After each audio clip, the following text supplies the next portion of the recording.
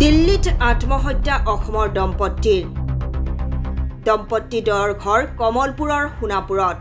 কৰ্মসূত্ৰে বিগত কেমামান ধৰি দিল্লীত থাকিব লৈছিল ভাস্কৰ ডেকা আৰু তেওঁৰ দ্বিতীয় পত্নীয়ে বিবাহিত ভাস্কৰ ডেকাই সন্তানসহ প্ৰথমা পত্নীক এৰি আন এগৰাকীৰে থাকিব লৈছিল দিল্লীত শনিবাৰে ভাস্কৰ ডেকাই চৰম সিদ্ধান্ত লোৱাৰ কথা ফোন যোগে হঠাৎ অৱগত কৰে লগত থকা দ্বিতীয় পত্নীয়ে আৰু নিজেও চৰম সিদ্ধান্ত লব বুলি ফোন যোগে অৱগত কৰে পৰিয়ালক উপায়বিহীন হৈ দম্পতীৰ পিতৃমাতৃয়ে ওচৰ চাপে কমলপুৰ আৰক্ষীৰ কিন্তু এই সমগ্ৰ ঘটনাই এতিয়া ৰহস্যৰ মাজত সোমাই পৰিছে আৰু এই ৰহস্যৰ গুণ পাইছে ভাস্কৰ ডেকাৰ পৰিয়ালে যেহেতু অভিযোগ কৰিছে ভাস্কৰ ডেকাৰ পৰিয়ালে কিয়নো ঘটনা সংঘটিত হোৱাৰ দুদিনমান পূৰ্বে ভাস্কৰ ডেকাই হেনো ফোন যোগে পৰিয়ালক বিহাৰৰ পৰা ঘৰলৈ গৈ আছো বুলি কৈছিল কিন্তু বিহাৰত থকা ভাস্কৰ ডেকাই দিল্লীত কিয় আত্মহত্যা কৰিলে আৰক্ষীৰ তদন্তৰ পিছতহে ওলাই পৰিব সকলো ৰহস্য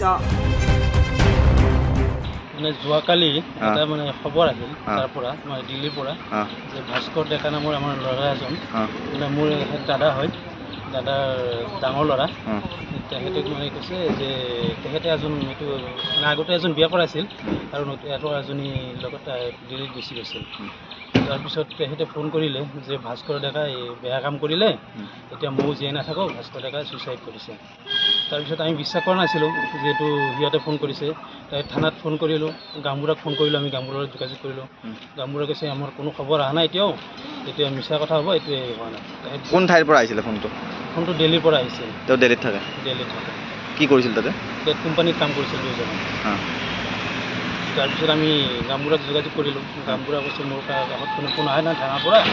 তাৰ কাৰণে আমি বিশ্বাস কৰা নাছিলোঁ গধূলি আকৌ থানাৰ পৰা ফোন কৰা বুলি ক'লে থানাৰ পৰা ফোন কৰা বুলি কওঁতে তাৰপিছত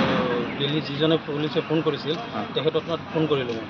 ফোন কৰি আকৌ হোৱাটছএপ নম্বৰ এটা দিলোঁ নাম্বাৰটো দি বিচাৰিলোঁ যে আমাৰ যদি ল'ৰা হয় তেতিয়াহ'লে আমিতো আইডেণ্টিটি পাব লাগিব তেতিয়াহ'লে ফটোটো পঠায় তাৰপিছত সিহঁতে ফটো পঠাই দিয়ে তাৰপৰা এতিয়াতো আমাৰ কথা হ'ল কি আমাৰতো আনিব পৰা পৰিস্থিতি নাই আমি খুবেই গৰীব মানুহ তাৰপৰা সেইকাৰণে চৰকাৰক আমাৰ দিগন্ত কলিতা ডাঙৰীয়াক অনুৰোধ কৰিছোঁ যাতে তেখেতে কিবা হেল্প কৰি দিয়ে আমাৰ ডেড বডিটো আনি দিয়াৰ কাৰণে সন্দেহ মানে পৰিয়ালৰ ফালৰ পৰা যিহেতু তেখেতৰ ৱাইফে আজি বহুদিনৰ পৰা ল'ৰাজনে ফোন কৰি আছিল